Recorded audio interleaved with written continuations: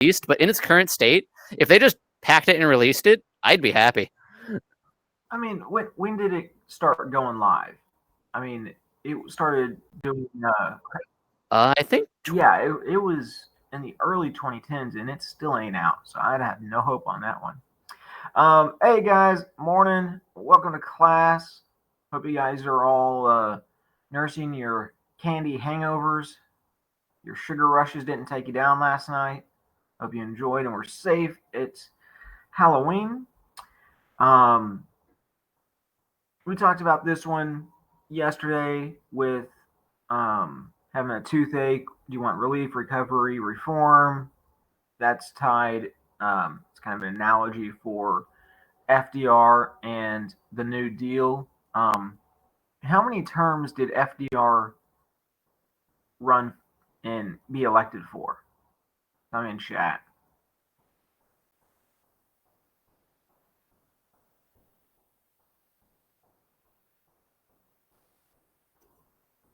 Oh, that's cool. Never got into Stranger Things. FDR is elected for 4 terms. Yeah, very good, Kira.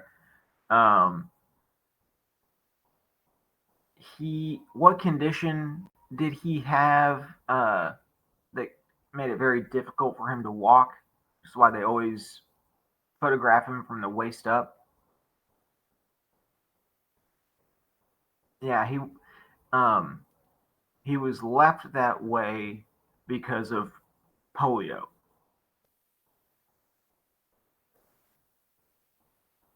Now, today we're getting into like what he actually did with this New Deal. Remember, in his first 100 days in office, he passes 15 pieces of legislation, which is absolutely incredible. And now presidents are graded on like how they did, how much they got done of what they promised in their first 100 days. So we got class kick. Put the link here in chat. And then once you guys get in, if you will please give me a check mark.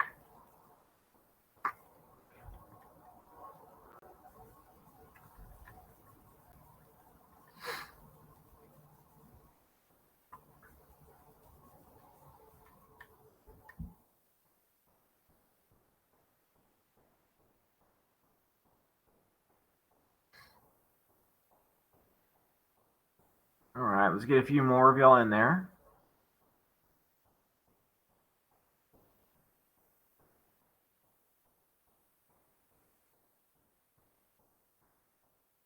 All right. So, actually, I need to share this slightly different method. Okay. So, the class kick. You guys can all see my screen, correct? Yes, we can see your screen. Good, because I have to pop back and forth between the 2 tabs and a little confusing. So, you guys are going to be looking at New Deal programs. So, you click this link right up here, and it will take you to this website.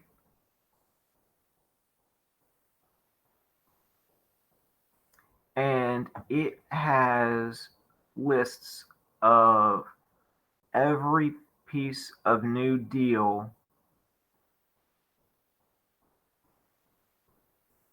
No, don't want to help this. It's got all of it listed here. Okay. And what you're going to do is on the following pages, you'll click in the fill in the blank boxes. You'll add the year that it was created, the acronym for it, if it was relief, recovery, reform, and then you'll write a goal for that program. So, for example, slide 2 is going to be giving us the, what are the definitions of relief, recovery, and reform. So you'll just grab your little text box and someone give me a quick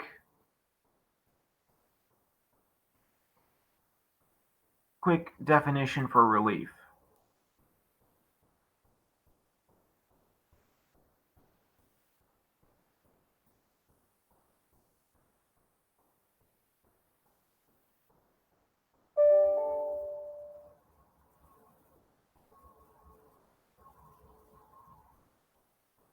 Is relief short term or long term?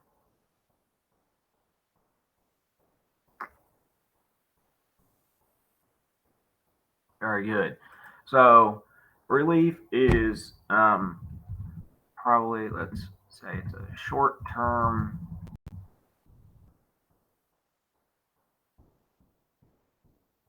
That's pretty good. Short term solution to a problem.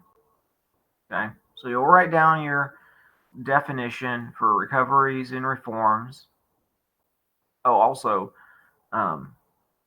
here are the programs broken down by if they were relief, recovery, or reform. And then you also have, you can kind of cheat if you want to, get the definitions from down here. So, from here, you guys are going to be bouncing back and forth between the class kick and that New Deals program that you started on. Link from the very beginning of the class kick. So we're looking for the Social Security Administration. So you go here to this area, you'll look for Social Security Administration. Here we are. So it was made in 1935. SSA. So you type 1935. SSA. Is it relief, recovery, or reform? You can always jump back a slide or jump back to slide 2 and reference your little chart here. So is Social Security relief, recovery, or reform?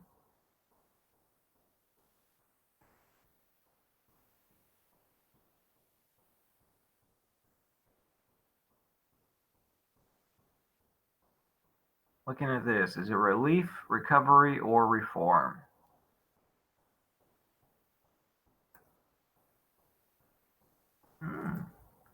Let's see here. Relief, Social Security. So it would be relief. And you would type in, obviously, the year it's made, the nickname. If it was relief, recovery, reform, you'll tell me the goal of the program, and then you'll tell me if it still exists today. Now, you can find that out by clicking on whatever it is in here, and you can kind of read it around, find out more about it, and you guys will usually, if you look towards the end, it'll tell you, because it says that these were still around in 2000 to 2008. So you can guess, it still exists to this day. All right. Give me a check mark if you guys understand how this is going to work. You mean X if I lost you anywhere. along the way.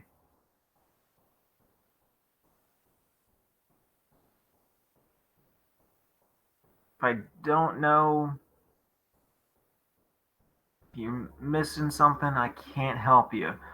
So all I'm going to do is the next 10 minutes, I'm going to let you guys go through and get as much of this done as possible.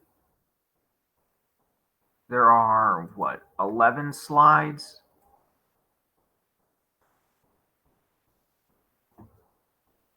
Yeah.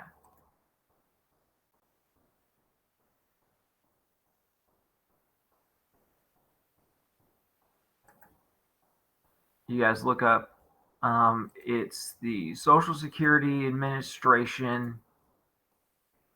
It's, gosh,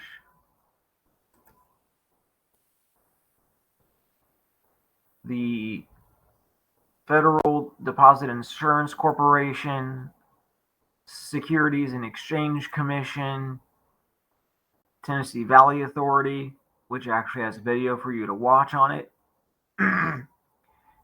Workers Progress Administration. Then you got, I think, about the Living New Deal. You'll find where projects made by the New Deal are in the real world next to you. There's a lot of places around you were made thanks to the New Deal. Then there's a video on the New Deal program. And then there's something about the Hoover Dam. Okay. So, and on the very last slide, it tells you which of these are still around today. If you want to just double check. So, I'm going to give y'all 10 minutes. No, I'll give you. I'll go back at 8:25. I'll bring y'all back then, and we'll just discuss real quick. I'll be checking answers on my end. I want you guys working. If you have questions or you're confused on something, let me know.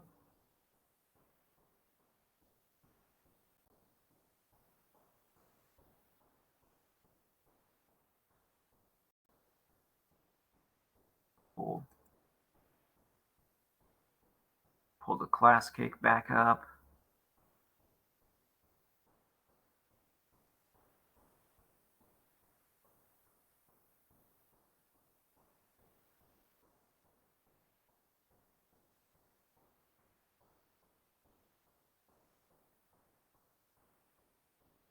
Before today, had y'all heard of Social Security Administration?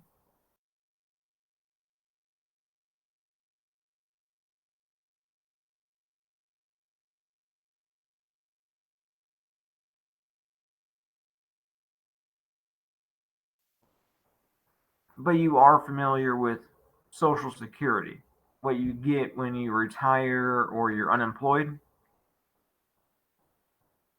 Yeah, everyone's familiar with that. Social Security Administration is Social Security.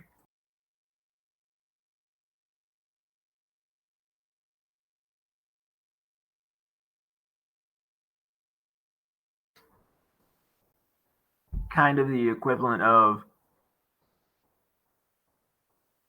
everyone knows about taxes, but what's the name of the it's not really a company. What's the name of the group that is in charge of your taxes or your parents' taxes? Very good, Robert. IRS. So just replace taxes with Social Security, IRS with Social Security Administration. Yep. IRS, probably one of the most disliked portions of the government.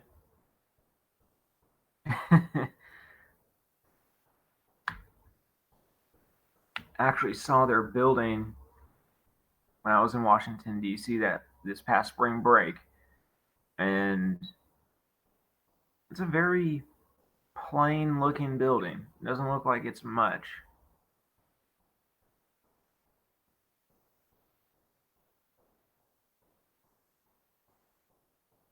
But people really do not like the IRS.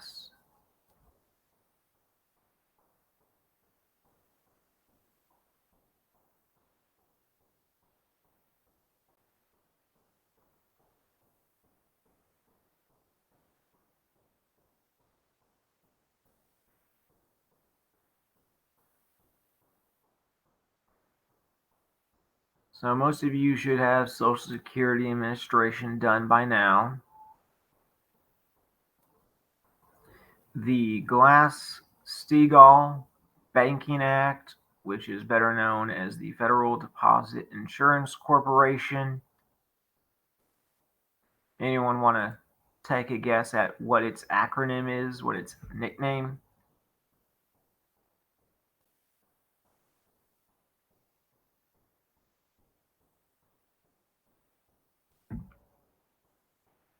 Very good, Kira. FDIC.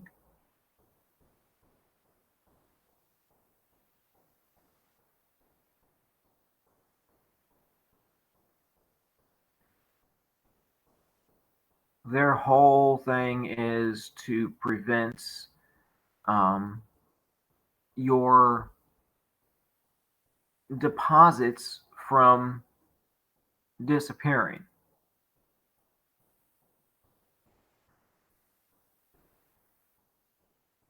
So if a bank fails, you don't lose everything.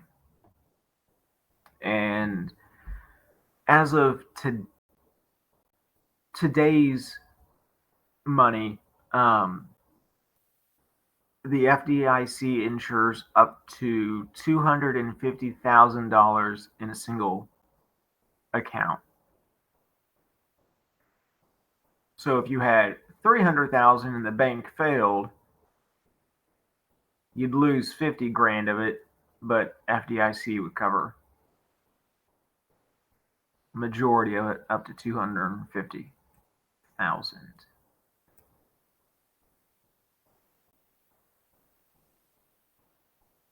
Securities and Exchange Commission. Want to take a guess what their acronym is?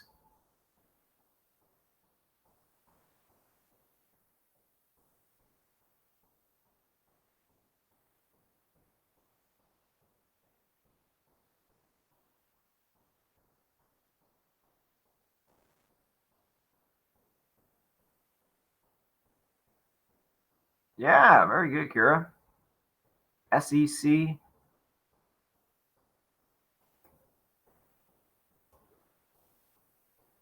Their whole thing is focusing on stocks, stock market, making sure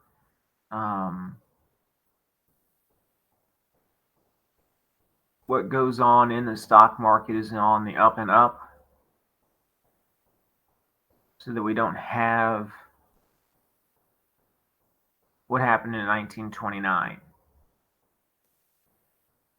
You can still have stock market crashes. That will always be a thing. That's just part of the economic cycle. But okay, so for example, Elon Musk and the SEC have had a very rocky relationship over the past few years because of how Musk will buy and sell stocks, and if he tweets about a stock,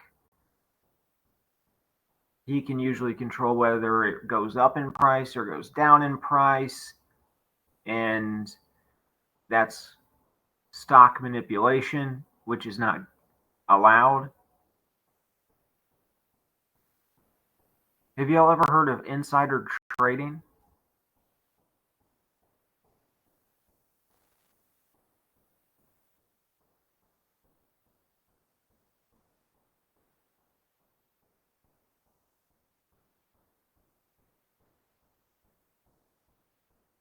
So if you work for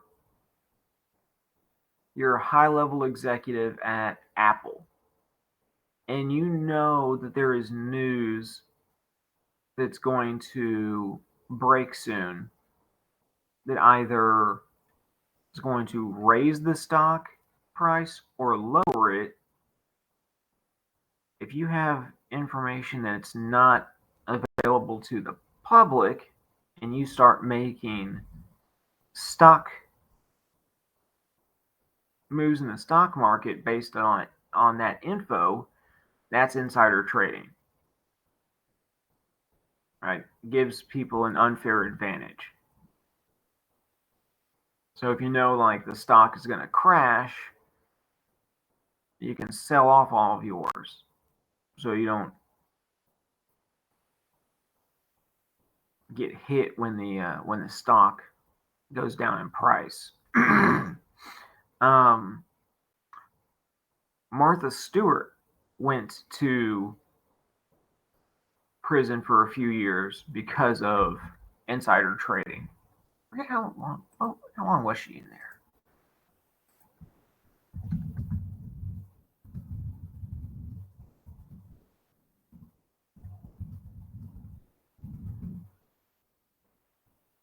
She only did about 5 months.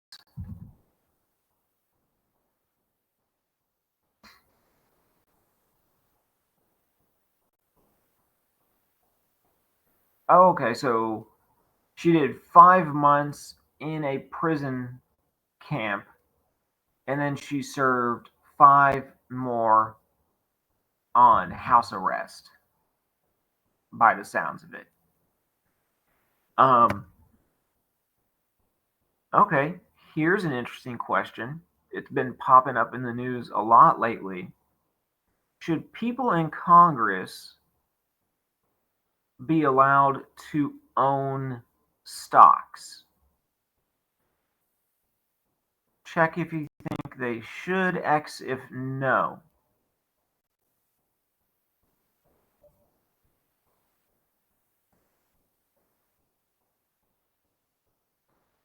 Okay. So if you are someone who is in charge of making policies that will impact the economy, for example, a few months back, Biden signed what's called the CHIPS Act, basically made it so we'll start making microchips again here in the US. If you knew that was going to be coming around, you'd probably want to invest money in like Intel and NVIDIA, AMD. I think it's fair that you're making the policies for something to determine whether the price will go up and down, and then buying stock based on that. Is that a huge conflict of interest?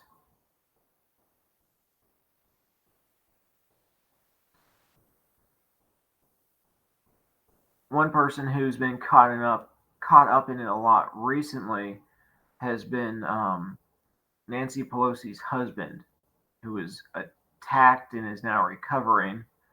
He got attacked on Friday morning. He has made a lot of deals on the stock market that are a little suspicious because his wife may have known, something's either going to go up or down.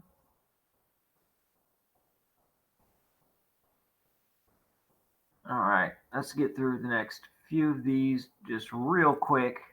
I do like what I'm seeing on your end. Seeing a lot of good progress, which is nice. So Tennessee Valley Authority, what's their nickname?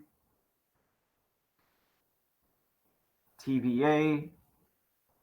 Not to be confused with TVA from Loki. It's a good Disney Plus show. Yeah, there's that show.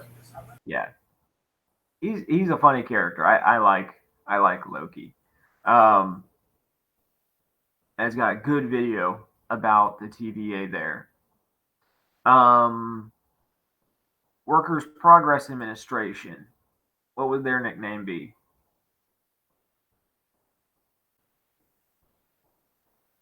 Their acronym. WPA, very good. Do y'all know what the acronym NASA means?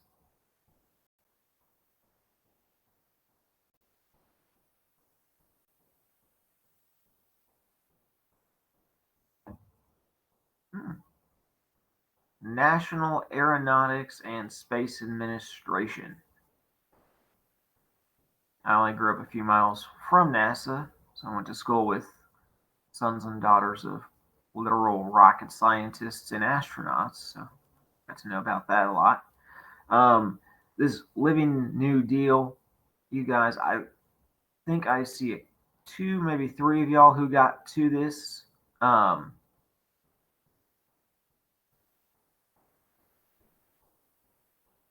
Clicking on it, looking it over, it's really interesting just to see how many projects were made because of the New Deal. Then there's a video on the New Deal, and he would have answered what Roosevelt did in his first 100 days, why they start to turn against him, and what two major agencies did he make to help those without jobs. This one right here, why did people start to turn against Roosevelt? We are going to be hitting that more tomorrow.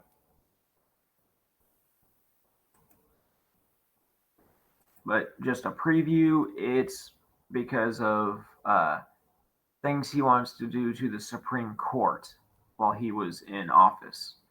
Then we got the Hoover Dam.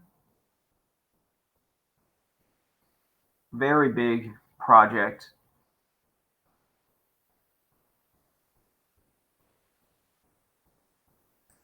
And then here are the ones that are still around today. So we still have the FDIC. We still have Securities and Exchange, Social Security, Tennessee Valley Authority, FHA. FHA is all about helping people buy houses without putting massive down payments for their house. Do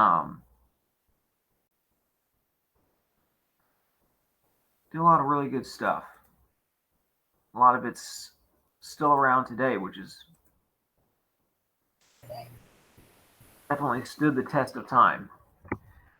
Okay, next up, we got ourselves our Nearpod. So, give me a check mark once you are in.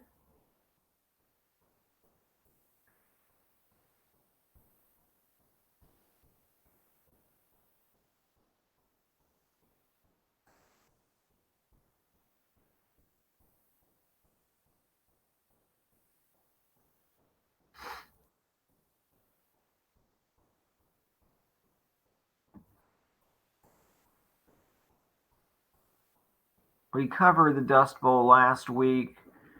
Kind of a dry topic. Get it? Because of the drought. Eh?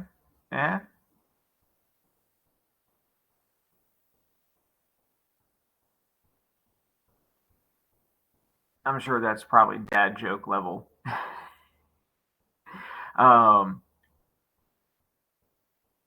So we won't spend a ton of time on this one.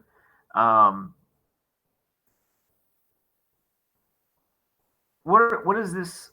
These little shanty towns What are they called again? Don't necessarily have to worry about the spelling. Very good, Ray. Hoovervilles.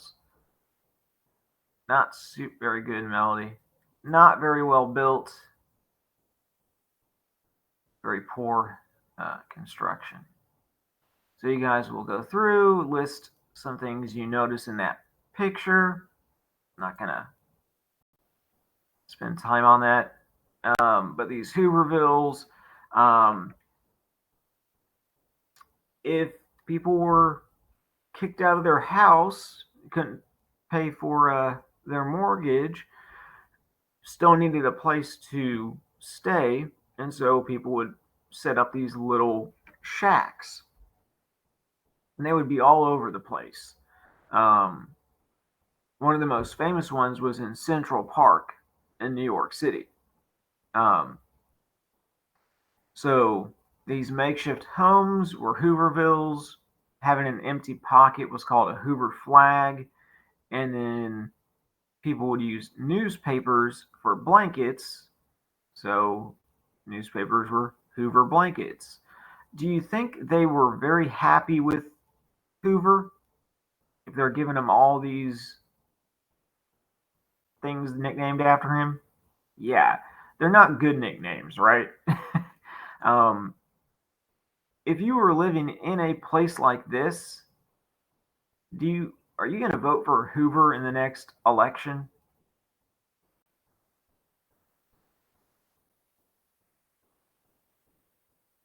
I know I wouldn't. Regardless of what my politics say, if I'm living in a shack like that, I'm probably not going to be voting for the same person. Farmers during their depression, remember, they did not share in the prosperity in the 1920s, the Roaring 20s. They were hurting then. So when the Great Depression happens, they're hurting even more. They keep struggling to sell their crops. Even the crops that they do sell are at a lower price because of overproduction. Remember, we talked about that yesterday being one of the main causes of the Great Depression. And a lot of them end up losing it. You can see here 135 acres up for public auction. So if you weren't able to pay the bank back, they would take your property and they would put it up for auction. Where we get the Dust Bowl is because of a very bad drought that is happening in this time period, and because of poor farming practices. So you should not plant crops in the same spot every single year. You do what's called crop rotation over the seasons. That way the soil can recover, it can get some more nutrients in it. But farmers were not doing that. So all the soil just all the nutrients got taken out, ended up with more dirt, dust, and then high winds would blow that away, making these massive dust storms.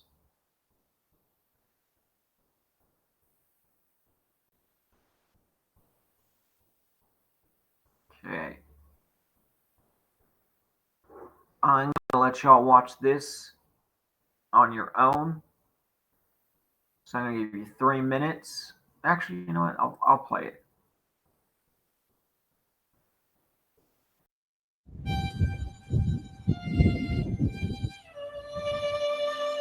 During the 1930s, a terrible drought struck Texas and the Great Plains. This one was different from any drought in the past. It triggered a decade-long series of dust storms that became known as the Dust Bowl. The causes of the Dust Bowl were both natural and man-made. Lack of rainfall made the ground that grew wheat, corn, and other valuable crops parched and cracked.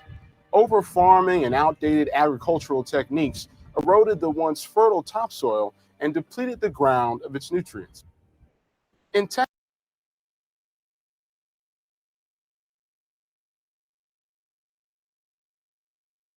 All right, very good.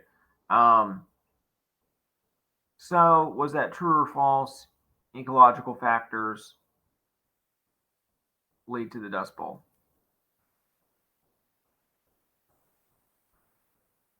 Yeah, very good. No, did not mean to click that.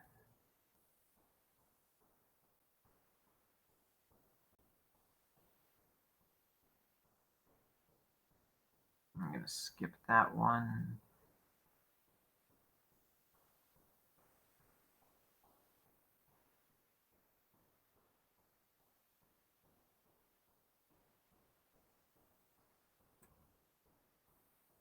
but there were a few severe ones called black blizzards.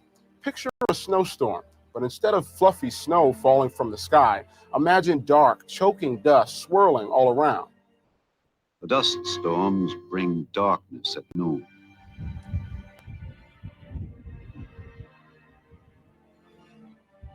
The worst of these black blizzards struck with a vengeance on April 14, 1935.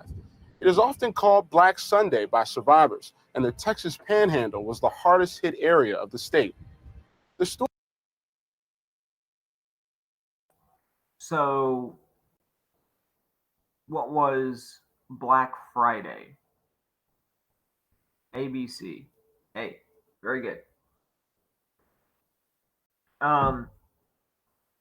They were not super creative with their naming back then. Let's see here. We've had Black Thursday, Black Monday, Black Tuesday, Black Friday. Now with the Dust Bowl. Yeah, not super creative on naming.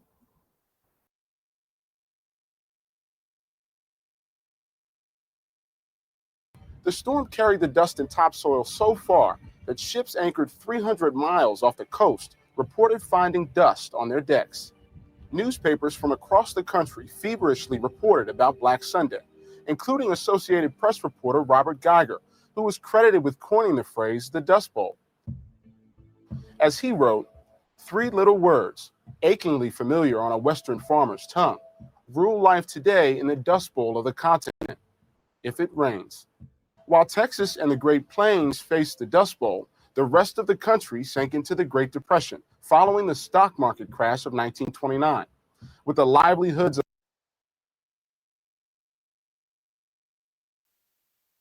Okay, true, false. Did the Great Depression and Dust Bowl occur at the same time?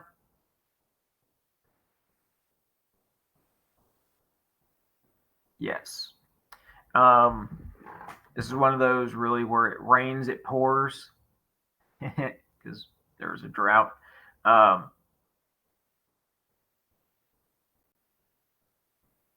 Everybody was hurting during this time period. It was just one bad event after another. And then we have World War II. So it's just bad events after bad event after bad event until about 1945. Livelihoods of most Texans tied to farming and living off the land, the prices for any and all crops dropped severely due to the Depression. Sonora Babb, a California journalist originally from Kansas, returned home to visit her mother and could not believe what had become of the plains and its downtrodden people. She reflected, I saw them standing in line for the meat and potatoes of relief. Their stricken faces, one after another in the line, looked very much alike.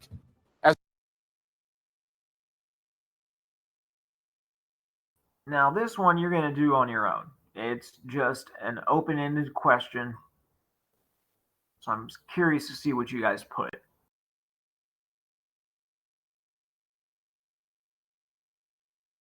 As the soil that had once helped feed the nation turned to dust, many were forced to leave Texas in search of better farmland. Those who remained, however, received help from the federal government. So a lot of them end up having to leave. We talked about it at the beginning of the year for migration. If something is forcing you out of where you live, is it a push or pull factor? Very good, Gigi Ray. It's a push. So is the Dust Bowl a push factor or a pull factor?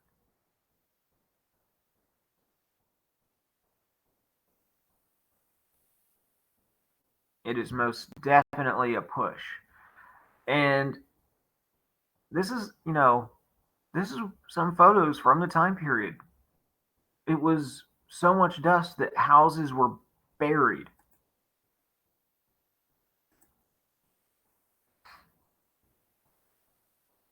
Now, you guys will just put a dot where you are in Texas. But this is where the Dust Bowl occurred. Okay. It was all the way from Texas up to South Dakota, Montana, and North Dakota. But the hardest hit place was right here.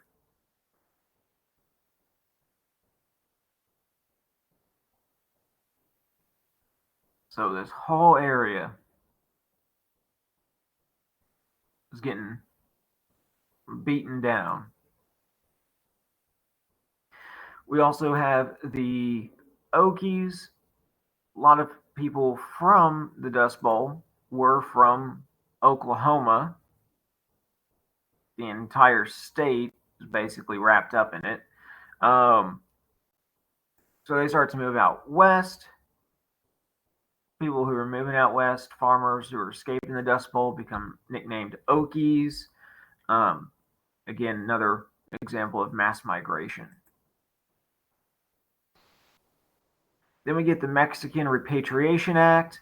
So, more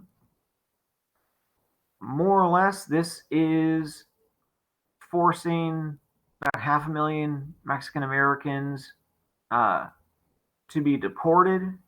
Why would they want to get rid of so many immigrants?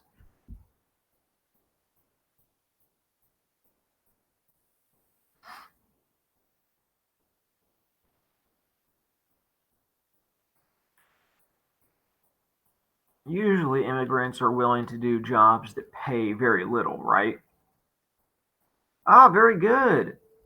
Kira, Gigi. Hit the magic word, jobs. Yeah.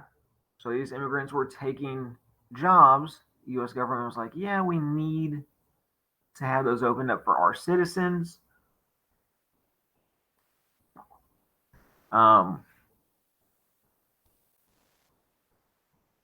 Even though it's not going to pay very much, it's better than getting nothing.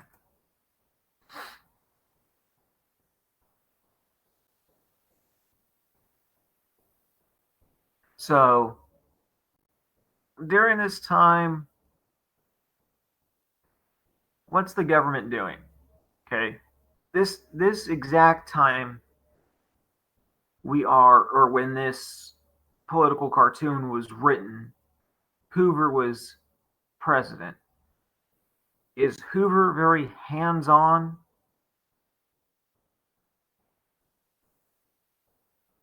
With helping? No, he's laissez-faire. What in here can kind of clue you into it being Herbert Hoover?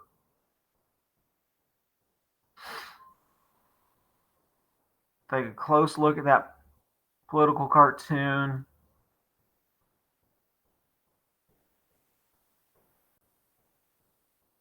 What do you see that makes you go, oh, that's referencing Herbert Hoover? not FDR. The words, certainly, speech. What about the hat on the guy wearing the suit? What are the initials? Yeah, it's HH. So, Herbert Hoover. When you guys do look at political cartoons, make sure you really look close, because little details like that can change the whole meaning of a political cartoon.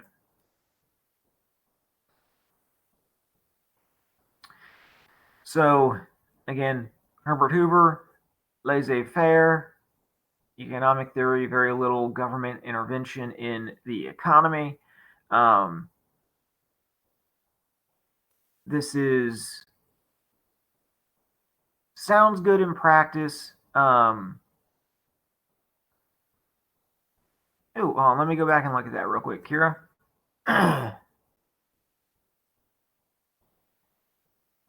So I see it as HARD, and then there's a T. Obviously, the political cartoon's being cut, so I think that's supposed to spell out hard times.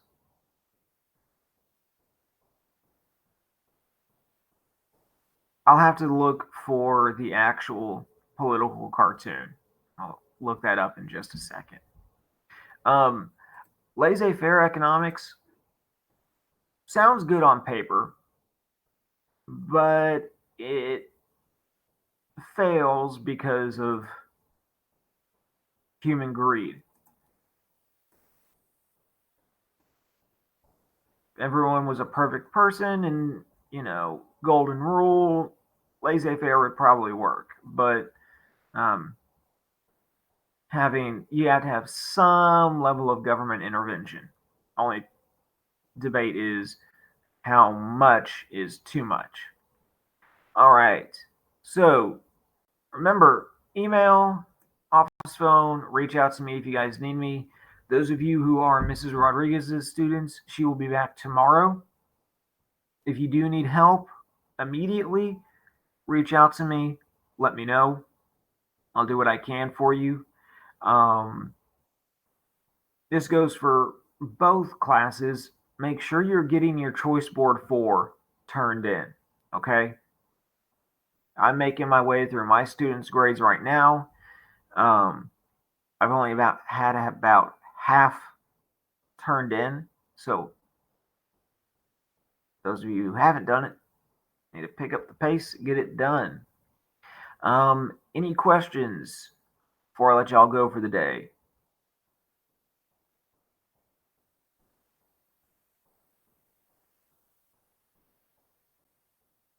All right then, guys, have a good one. See you tomorrow.